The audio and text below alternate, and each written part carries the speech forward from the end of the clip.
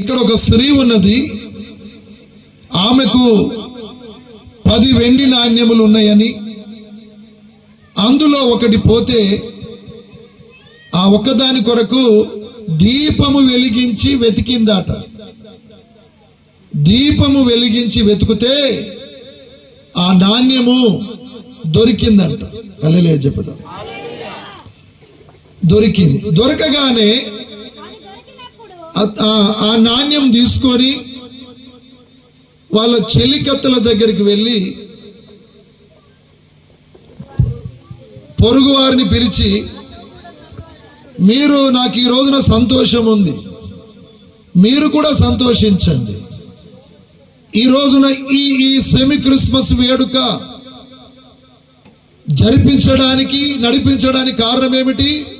మా కుటుంబాలకు సంతోషం ఉన్నది. భర్తను కోల్పోయినా నాకు సంతోషం ఉంది, తల్లిని కోల్పోయినా సంతోషం ఉంది. ఈ లోకంలో ఏది ఉన్నా లేకపోయినా, అందరికున్నట్టు ఆస్తులున్నా లేకున్నా మాకు సంతోషం ఉంది. కానీ ఈ సంతోషంలో మీరు పాలు పొందండి. నాణ్యము దొరకగానే పొరుగు వారిని పిలిచింది. ఆ చెలికెత్తులతో అంటున్నది, నాతో మీరు సంతోషించండి, నాకున్న 10 వెండి నాణ్యములలో ఒకటి పోయిందని చెప్పిన కదా, దొరికింది. కానీ దీపము వెలిగించి వెతికినా, దొరికేంత వరకు వెతికినా, ఇలా నాది అదే. సమస్య పోయినంత వరకు మొరపెడతా, కార్యము జరిగేంత వరకు మొరపెడతా. గమనించండి ప్రియమైన దేవుని బిడ్డ. అంతేగాని మాటి మాటికి కదలొద్దు. తట్టుకోలేక ఇంట్లో కూసుకొని 10 మందికి ఫోన్లు చేస్తే నీకేం ప్రయోజనం మీద వాళ్ళు నవ్వుతారు. దేవునికి చేయి ఫోన్. ఇర్మియా గ్రంథంలో ఉంటది అది. నువ్వు మొరపెట్టుము, నేను నీకు 33వ అధ్యాయం అది 33వ అధ్యాయము 3వ వచనములో ఉంది. ఈ ఫోన్ నెంబర్కు నాకు మొరపెట్టుము, రైట్, నేను నీకు ఉత్తరం ఇచ్చేదను. యేసయ్యకు ఫోన్ చేస్తే ఆయన నీకు సమాధానం ఇస్తాడు. నీ బాధలు పంచుకోవడానికి ఎవరికెవరికో చేస్తే వాళ్ళు నవ్వుతారు. కాబట్టి మానవ జీవితంలో సమస్యలు వస్తాయి, కానీ దేవుడు ఉన్నాడు. దేవుని సహాయము ద్వారా దైవజనులు ఉన్నారు. దేవుని సహాయము ద్వారా డాక్టర్లు ఉన్నారు. దేవుని సహాయము ద్వారా మెడిసిన్. కానీ దేవుని సహాయము ద్వారానే, ఈ దేవుని పక్కకు పెట్టి నువ్వు హాస్పిటల్ వెంట తిరిగినా, బస్తాలు బస్తాలు మెడిసిన్ వాడినా, ఎంత పెద్ద డాక్టర్ల దగ్గరికి వెళ్ళినా కావాలంటే క్షమింపబడతావు, కానీ బ్రతకడానికి అవకాశాలు ఉండవు. దేవుడు క్షమిస్తాడు నీ ఏడుపును బట్టి. కానీ సమయం అనేది వృధా అయిపోయింది. దొరకగానే ఆమె నాతో పాటు సంతోషించండి అని చెప్పింది. అంటే గమనించండి, వెండి నాణ్యములు అంటే ఏమిటి, ఈ స్త్రీ అంటే ఏమిటి అన్న విషయాన్ని కొన్ని మాటలు క్లుప్తంగా చెప్తాను. ప్రియమైన దేవుని బిడ్డలారా, ఆమె వెలిగించింది అని రాయబడ్డది. దీపం వెలిగించింది. కానీ ఏ దీపము ఎలా వెలిగించింది అంటే, కీర్తన గ్రంథం 119, 105లో, నీ వాక్యము నా పాదములకు దీపము, నా త్రోవకు వెలుగు. Praise the Lord. అంటే ఆమె వాక్యమనే దీపముతో వాక్యమును ధ్యానించింది, వాక్యమును చదివింది, అర్థం చేసుకుంది. ఆ వెండి నాణ్యము పడిపోయినట్లే నేనెక్కడ పడిపోయినా అని గ్రహించింది. అప్పుడు అయ్యో, ఇక్కడ నేను తప్పు చేసినా, ఇక్కడ నోరు జారినా, ఇక్కడ త్రోవ తప్పినా అని వాక్యమును చదివి ధ్యానించినప్పుడు, వాక్యమును దీపమును వెలిగించి వెతికినప్పుడు, వాక్యమును చదివి ధ్యానించినప్పుడు వెంటనే ఆ వెండి నాణ్యము దొరికినట్లు ఆ వెండి నాణ్యం అనే నీవు కూడా ఎక్కడ తప్పిపోయినవో, ఎక్కడ పొరపడ్డవో, ఎక్కడ దారి తప్పినవో, ఎక్కడ ఏ పాపం చేసినవో అర్థమైపోద్ది. Praise the lord.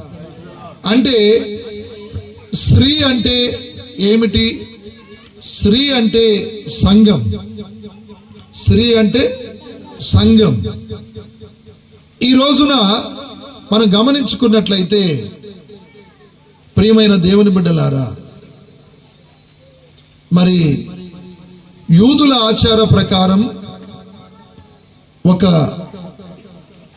యూదులలో ఒక స్త్రీ యవనస్తుడైన పురుషునికి ప్రదానము చేసిన తర్వాత ఈ అబ్బాయి తరపున వాళ్ళు తనకు ప్రదానము చేయబడిన ఆ యవనస్తురాలు మెడకు ఒక దండేస్తారు. అది నల్ల పూసల గొలుసు లాంటిది. మరి ఇప్పుడు కూడా అది పాత కాలంలో ఉన్నప్పుడు ముస్లిం వాళ్ళ మెడలకు కూడా ఉంటుంది. అది మన హిందువులలో కూడా నల్ల పూసల గొలుసు అనేది ఉండేది, కానీ మార్పులు జరిగినాయి అందులో.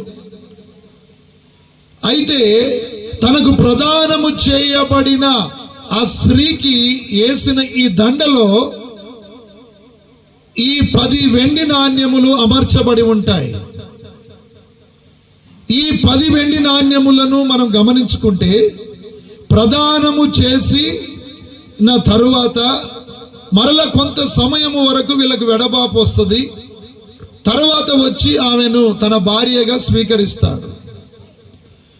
అప్పటి వరకు ఆయన వచ్చిన నాటికి ఎవరికైతే ఈ స్త్రీ ప్రదానము చేయబడినదో ఆ యవనస్తుడు వచ్చేంత వరకు, ఈమెను భార్యగా చేసుకొని ఈమెను కూడేంత వరకు ఆమె మెడలో దండ ఉండాలి. దండలలో ఆ 10 వెండి నాణ్యములు ఉండాలి. ఏ ఒక్కటి కూడా ఆమె పోగొట్టుకోకూడదు. ఏ ఒక్కటి కూడా పోగొట్టుకోకూడదు. సంఘము అనబడే ఈ స్త్రీ దేవుని నమ్ముకున్న మన విశ్వాస జీవితములో దేవుడు నిర్గమకాండము 20వ అధ్యాయం 2వ వచనం, 3వ వచనం, 7వ వచనం, 8వ వచనం, 12వ వచనము నుండి 17వ వచనం వరకు చూసుకున్నట్లయితే నీ దేవుడనైన యెహోవానగు నేనే. రైట్, అయిపోయింది. 3వది చదవమ్మా. నేను తప్ప మీకు వేరొక దేవుడు లేడు. 2వ నాణ్యం. మీ దేవుడైన యెహోవా నామమును వ్యర్థముగా ఉచ్చరించకూడదు. 3వ వెండి నాణ్యం. విశ్రాంతి దినమును అపవిత్రము చేయక దాన్ని పరిశుద్ధముగా ఆచరింపవలెను. 4వ వెండి నాణ్యం.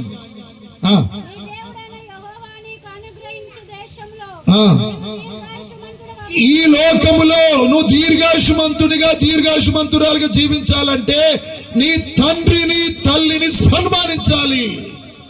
ఇది 5వ వెండి నాణ్యం. 12వ వచనం, నరహత్య చేయకూడదు. 6వ వెండి నాణ్యం. వ్యభిచారము చేయకూడదు. 7వ వెండి నాణ్యం. దొంగతనము చేయకూడదు. 8వ వెండి నాణ్యం. నీ పొరుగువాని మీద అబద్ధ సాక్ష్యం చెప్పకూడదు. 9వ వెండి నాణ్యం. నీ పొరుగువానిని ఆశింపకూడదు. వాని ఇంటిని ఆశింపకూడదు. దాసుని గాని, దాసిని గాని, ఎద్దును గాని, గాడిదను కూడా పొరుగువానిది ఏదైనా ఆశించకూడదు. ఇది 10వ వెండి నాణ్యం. హల్లెలూయా చెబుతాం. చూడండి, తలలెత్తండి దయచేసి. ఈ నిర్గమకాండము 20వ అధ్యాయంలో ఇశ్రాయేలు ప్రజలకు ఇచ్చిండు. 2వ వచనములో ఉన్నది, 3వ వచనములో ఉన్నది, 7వ వచనములో ఉన్నది, 8వ వచనములో ఉన్నది, 12, 13, 14, 15, 16, 17వ వచనములో ఉన్న ఈ 10 ఆజ్ఞలు అనే ఈ నియమము ఆ రోజున ఇశ్రాయేలుల ప్రజలకు ఇచ్చాడు. ఇవి వెండి నాణ్యములకు సాదృశ్యముగా మనం చూసుకున్నట్లయితే ప్రదానము చేయబడిన ఆ స్త్రీ మెడలో ఉన్న దండకు గొలుసుకు 10 వెండి నాణ్యములు ఉన్నట్లు దేవుని ప్రజలైన ఇశ్రాయేలీయులు తూచ తప్పకుండా వారి విశ్వాస ప్రయాణములో ఈ 10 ఆజ్ఞలు వాళ్ళు పాటించాలి. పాటించకపోతే మరణమే. ఒకలా ఎక్కడనైనా ఆ స్త్రీ ఒక వెండి నాణ్యం పోగొట్టుకుందనుకో, దానిని వెతికింది. దేవుని ప్రజలలో దేవుడిచ్చిన ఈ ఆజ్ఞలలో ఎక్కడనో ఒక్కటి నువ్వు మిస్ అయినవనుకో, వెంటనే దేవుని వాక్యాన్ని చదివేటప్పుడు ఈ వాక్యం అనే దీపాన్ని వెలిగించి నువ్వు పోగొట్టుకున్న వెండి నాణ్యము అనబడే నువ్వు ఏ ఆజ్ఞ అతిక్రమించినవో, ఏ ఆజ్ఞను అతిక్రమించి నువ్వు పాపం చేసినవో వాక్యమును చదివి ఆ వాక్యమును ధ్యానిస్తూ అయ్యా నన్ను క్షమించమని మరలా యథావిధిగా నువ్వు ఆ పొరపాటు చేయకుండా నువ్వు ముందుకు వెళితే ఆ పోగొట్టుకున్న ఆ వెండి నాణ్యము దొరికినట్లు నువ్వు ఎక్కడ పడిపోయినావో అక్కడనే లేవనెత్తబడతావు. చప్పట్లు కొట్టి దేవుని మహిమ పరుద్దాం.